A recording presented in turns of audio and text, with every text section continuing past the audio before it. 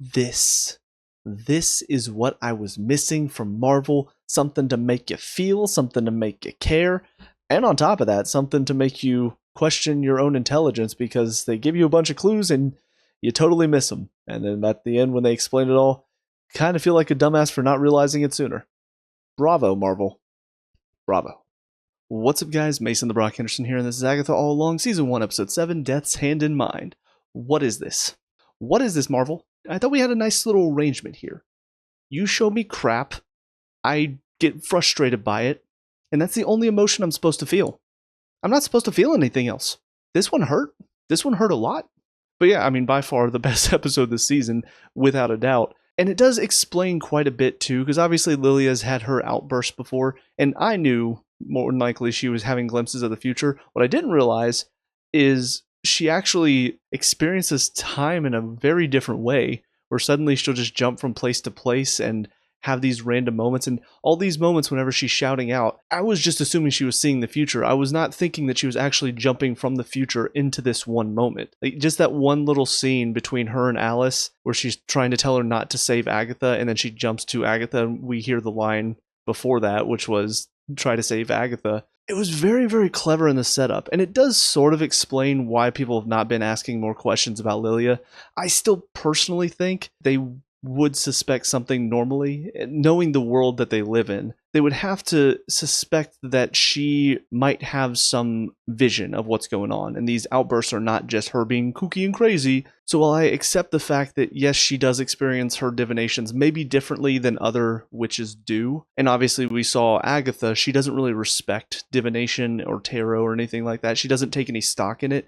Maybe that's how the other ones feel as well. And so maybe that's why they're not really questioning what's going on with her. But personally, I still just think, looking at the scenario, they want to make sure that they make it through this to get to the end of the road. And yet none of them are suspicious about what's going on with her, not asking questions, because it might end up helping them in the end. And even with Agatha, I hope there's an explanation for why she is doing all the stuff she's doing. Her whole scene with Billy at the beginning of this episode, before we switch over to Lilia's perspective, where she's just throwing cards down and the swords are falling. I get that she doesn't think divination and tarot is real. She doesn't accept it. But at the same time, she wants to get to the end of the road, right? She wants to get to the end of all of this and get her powers back. So is she really just that stubborn to where she would rather die in this room than accept the fact that maybe divination is the real deal and maybe it is helpful? It just feels very, very bizarre from her. Also, a little side note, this is more of a personal thing for me. But the whole thing with Billy being dressed up as Maleficent in this episode, it's a funny bit, but also very odd because he's been dressed as a guy in all these other places that they go into. And suddenly for this one, they're like, oh, he's Maleficent. I feel like it would have been funnier if we got like Merlin. Really, there aren't many wizards or warlocks in Disney. Obviously, they couldn't do Harry Potter because that's not Disney yet. But I did have the thought, I'm like, well, what could they have done for wizards, like male wizards in Disney? Merlin, that would have been hilarious to see him dressed up as an old man with like a fake looking beard that wasn't actually fake, so he can't pull it off. Something about that would have been really funny. And outside of that, it's really only Dr. Facilier, and there's no way they're doing that with him. Yeah, outside of those few issues that I had, everything else was really, really good. Everything to do with Lilia's story and where it was all leading to and her sacrifice at the end, all of it was so well set up. From the moment she wakes up in the tunnel with Jen to the end of the episode, I was fully invested. I will say, little side note, outside of the episode, Disney Plus really has to do better about their pictures for their episodes. Because obviously I was asking the question for the past two, what, was just going to kill Jen and Lilia off like that? And then I go to click on this episode. Thank goodness I didn't scroll through them and see the picture for this one, because it's literally Lilia in her fairy godmother-ish outfit. So if I had scrolled down 2 episodes ago to look at this one, I would have seen she's still alive, clearly. So yeah, Disney really needs to do better about that. But yeah, just getting to see the progression of her mind and where it goes, jumping back into some of the earlier scenes and then jumping back forward again. It's very out of order. You can tell this is why she always seems a little bit off. She always seems a little unsure of what's going on, because she's not always sure. Sometimes she's in a different time set than where she just was. There's like a gap. From getting from the tunnel to the tarot room, she has no idea how they got there. Agatha tackling her to the ground, why did that happen? She has no idea. But everything starting from when she starts doing her own tarot to the sacrifice, trying to stop the Salem 7, so much of that so well done. Like the cinematography, the music behind it, the acting behind it, so much about this was just so well done to draw me in further. I was already so invested in this episode, and that was the payoff that won me over. And honestly, the final 2 episodes, even if they're not great, even if they're just okay, I feel like this episode is enough to get me to really enjoy the season as a whole, because this has something that Marvel has not done in a while. And again, it's making me feel, outside of frustration because of how bad the show is, this is the first time I've actually felt for the show. I've actually been invested in the show in a long time too. I would say the last thing that made me feel like this, and this was a long time ago because I watched this one out of order in comparison to all the other releases, Guardians Volume 3. That's the last time I felt for something like this. But the final thing to talk about was a pretty nice surprise. It still doesn't fully answer my question, but we find out in this one Rio is actually Death, and I don't know if that means Lady Death, like from Marvel, the one that Deadpool and Thanos both fall in love with, or if this isn't Marvel specific, if this is just supposed to be Death, like the Grim Reaper, I don't know. But it's a nice surprise, and it makes a lot more sense why Rio is so hell-bent on trying to go after Agatha. But the question that it still doesn't answer is what happened after they got out of Agatha's trial? Did Rio just, I guess, appear in the tunnels? Did she go after Jen and Lilia? There's still a lot of questions about why she just suddenly disappeared, and nobody really talked about it. Billy asked one question of, where's Rio? And that was it. But I think the final thing to say about all of this is, I talked about earlier how it felt like it would be sort of predictable if all 3 of the other witches in the coven just died after Sharon did. And I gotta say, it still is, but this just shows that if you do it correctly, if you do it in a way that is interesting, I feel like you can do something that is maybe a bit predictable, but still good, still enjoyable, still fun to watch. And I think that's something that Marvel has been lacking for a long time. So I'm really glad at least one thing out of this current set of Marvel stuff that I've been watching, I'm glad at least one was able to bring this emotion out of me, because I've really missed this feeling. I've missed enjoying Marvel to a point where I feel like I'm emotionally invested. But with all that being said, we move on to the next one, so I'll see you guys there in just a sec. And now episode 8, Follow Me My Friend to Glory at the End. Gotta say, this is ending really well. It's answering a lot of my questions, even some of the complaints I had before. How Agatha kind of shrugged off his question of, oh, what was the tell that gave me away? She's just like, oh, it was very inconvenient for you. That line felt lazy. It felt like an attempt of the writers to just be like, oh, we don't want to explain what the tell was. But now it makes sense. Knowing that the road, it was all Billy. It's all clicking now, and it's stuff I should have seen, if I'm being honest. But I think what we're about to find out, this is all speculation, because I haven't watched the final episode, of course, but I'm assuming we're about to find out the road that they just went through was all Billy's version of a hex, similar to what Wanda did in WandaVision. I mean, I asked the question early on, how did they actually open the road if they didn't actually have 5 witches? You know, Sharon wasn't actually a witch, so how were they able to open it if they didn't actually have 5? Well, now we know why. Billy, probably in his fear, comes running down the stairs, assuming that they've done it, and probably out of that fear accidentally creates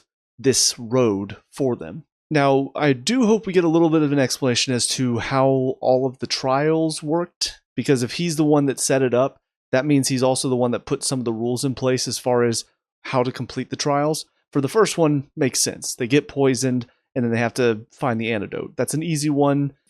You have a potions witch in your coven, so of course it makes sense to have that type of trial, but it also makes sense why Agatha looked at him. It's like, I didn't think you had it in you. It's because she didn't think he had it in him to actually create a trial that would kill somebody and actually kill somebody off. I don't know how much control he had over it, but looking, for instance, at Alice's trial, did he create this demon that has been cursing her for so long, or has she just had a bad run of life? She's had bad luck, and this was his version of creating something for them to sort of get off of her.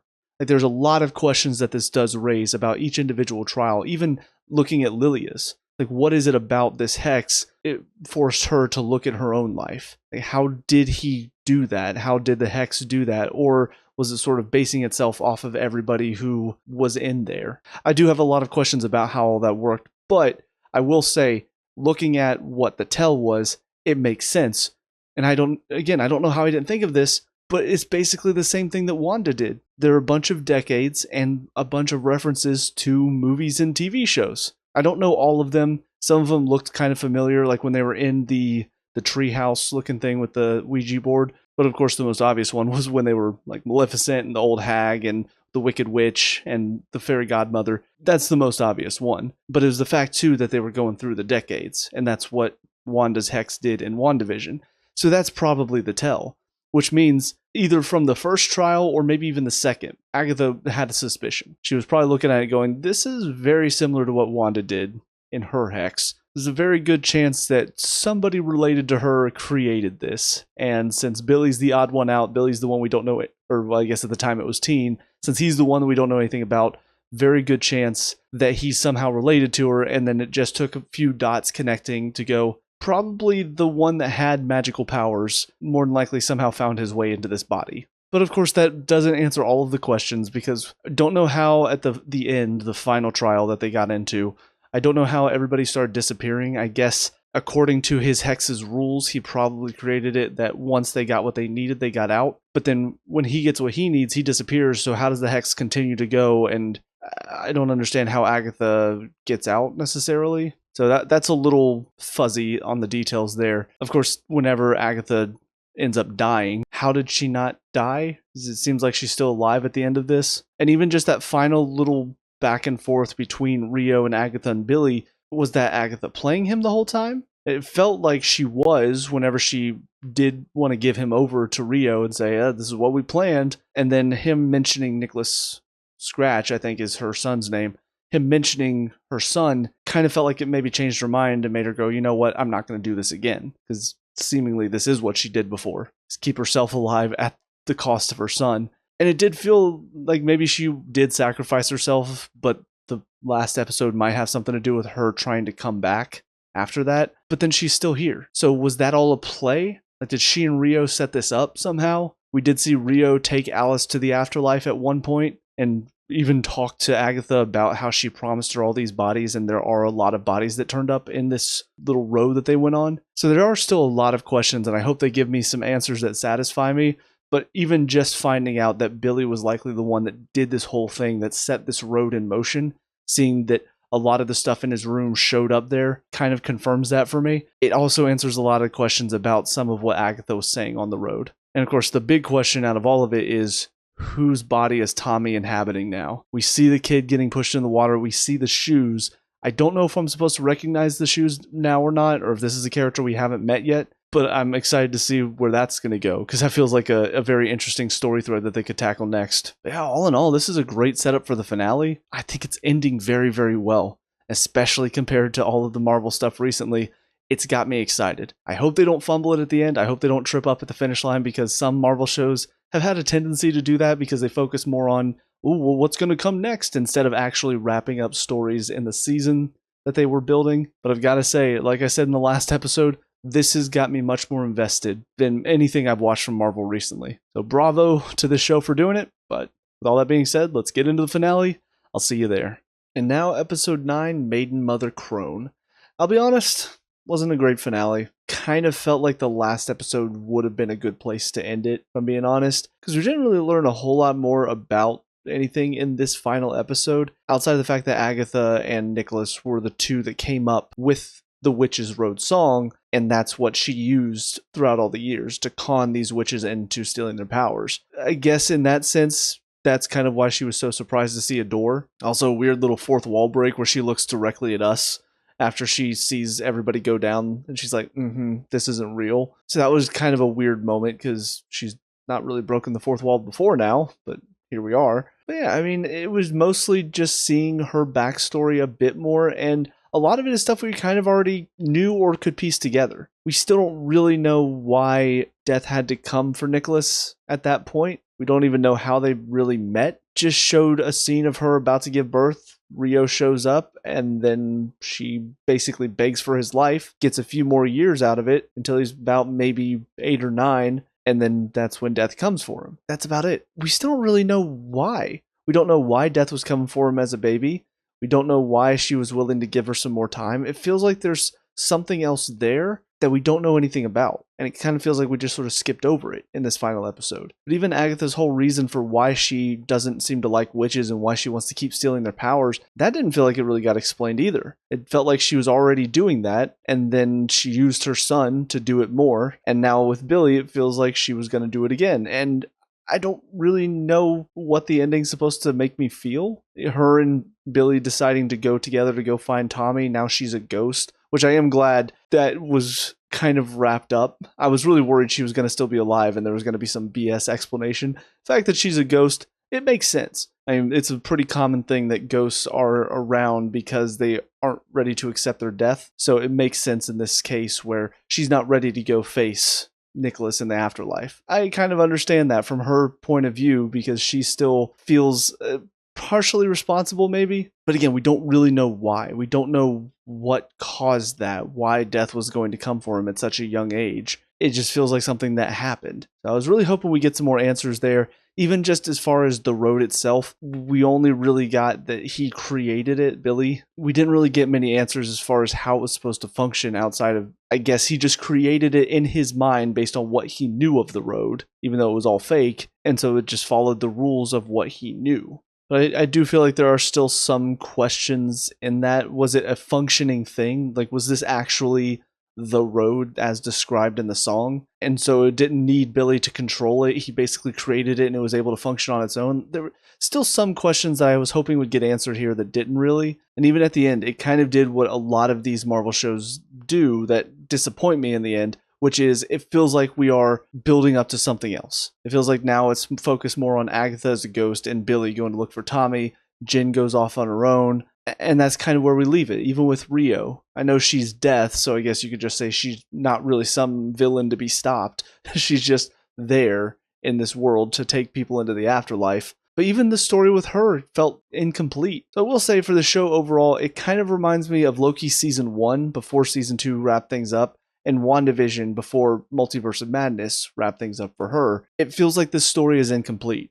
It feels like we still have a ways to go with these characters. Even for Agatha, we still don't really have a lot of answers about why she's doing what she's doing. And even the fact that she sacrificed herself instead of Billy, she just says it was a calculated risk. Okay, so she's not really turning over a new leaf? She's still a villain? We still don't know a whole lot about this. And while I still think this season overall was good, I don't really like these open-ended endings that these Marvel shows have gotten. You know, Moon Knight ended with kind of an open-ended finale, introducing this third personality, and then second season got canceled. It might be coming back, but if not, then we're just stuck with that unanswered or unfinished story there. So for this show, if Agatha or Billy never come back, if they don't get renewed for season 2, or if they don't ever bring them back in a movie, we're just stuck with all these questions. So that's why I do feel like for these shows, they need to stop trying to build up for the next big thing. They need to stop trying to introduce characters that will get explained later or will get talked about more later. I feel like the best movies and the best show are the ones that were self-contained and had a true ending. You know, Loki, as much as season 1 I felt like was open-ended, season 2 wrapped things up. Kind of feels like we're done with his story, at least for now. They can still bring him back at any point they want to, but it was a true ending for what the show of Loki was presenting. Guardians Volume 3, it was a contained movie that had a beginning and an ending. No Way Home, same thing. It does build up to what could come next. They built up a story and they finished it. Multiverse of Madness, it wrapped up Wanda's story from WandaVision. A lot of these stories, those are what I think a lot of people are enjoying the most because it doesn't feel like, oh, come back next time, we'll see what happens, if next time even happens. So that's more of a rant about Marvel than it is about the show, because looking at the show, all of season 1, kind of final thoughts on it, this was a good show up until that ending. And I remember, I think, saying something very similar about Loki and about WandaVision. I have a good time. It was entertaining, it was enjoyable, the characters were interesting, even though they were maybe a little bit selfish and sometimes a bit stupid. I think overall they were a lot more interesting than the characters we have been getting, some more depth to them as well, and it made the show a lot more entertaining because of it. The writing as well, the story connected really well. There were a lot of moments that felt weird and out of place and maybe a bit lazy at the time, but then you get to the end and most everything got an explanation for throughout the season. So I have to give a lot of credit. They did a good job with the show. Despite the ending, despite the fact I'm a little disappointed, That's more of a Marvel complaint, so I'm happy with what this first season gave me. I really hope we get more. I really want to see more of Agatha. Honestly, even just bringing back Jen, maybe getting to see a little bit more about Alice and Lilia. I know we kind of got an end to their stories, but Alice, I think she had an interesting story. And I think there's more that could be done with that. I know she's technically dead and she's been taken to the afterlife, but there are still some things that you could explore with her story. Again, was she actually cursed? Because we saw the demon that showed up that they had to defeat for her trial, but we also know that Billy's the one that created all of this. So did he create this demon to sort of help her get over what she thought was a curse but wasn't actually a curse? There's a lot of questions there that I don't know if we truly know the answers to yet. But then you also got the history with her mother as well and everything her mother went through. I would say Lilia is probably the only one that it felt like her story truly began and ended here. I think how they wrapped up her story was really, really well done, and it's why, in my opinion, that was the best episode of this season. But Jen obviously has a lot of different places her story can go. She's now got her powers back after unbinding herself from Agatha. And heck, I don't even mind going back and visiting Westview again in a future series or something like that, because I don't know why, something about these characters, something about the little side characters in the town, they are pretty funny. The reaction to seeing Rio in the last episode, I didn't talk about it, but it was funny to see them all, oh great, it's happening again. It's not fear, it's not terror, it's just kind of a, seriously? We gotta do this again. We gotta deal with witches again. And honestly, I think that is probably the best compliment I can give, because most of the rest of these shows, I've not wanted to see more of these characters. She-Hulk, I don't really want to see more of her. Miss Marvel, didn't really want to see more of her. Echo, there's potential there, but if they continue doing what they did in the first season, I'm not excited to see more of that. But Agatha, there is a lot more to her story. Billy too. And again, some of these other characters that were involved, I think there's a potential to really do something interesting here, and this first season has got me excited to see what they could do. So that in and of itself is a win for Marvel in my book. And moving on from here, we do have a couple more things that I'm excited for, but unfortunately the next thing is something that I've heard pretty bad things about. What if season 3? Oh, what if I just didn't watch it? But no, I will be taking a break from Marvel again, because as I've been doing, I'm trying to do 2 seasons at a time of each fandom that I'm kind of a part of, or I guess network, because I've been doing CBS shows. But I don't know where I'm going to go from here yet. I'm going to sit on it, think about what I want to look at. But with all that being said, let me know what you guys think down in the comment section below. What were your thoughts on these final 3 episodes, as well as this season as a whole? What were you excited for in the future for Marvel? And also, are there any shows that you want me to check out that I haven't already on the channel, or maybe I haven't looked at in a while? Let me know. We can talk about and discuss all that good stuff. Leave a like and subscribe for future Marvel and maybe Agatha All Along if it returns reviews. Also, check out the channel. We have a lot of other reviews on here, so check those out if you have time. But until next time, I hope you guys have a great day. I will talk to you all later. Peace out.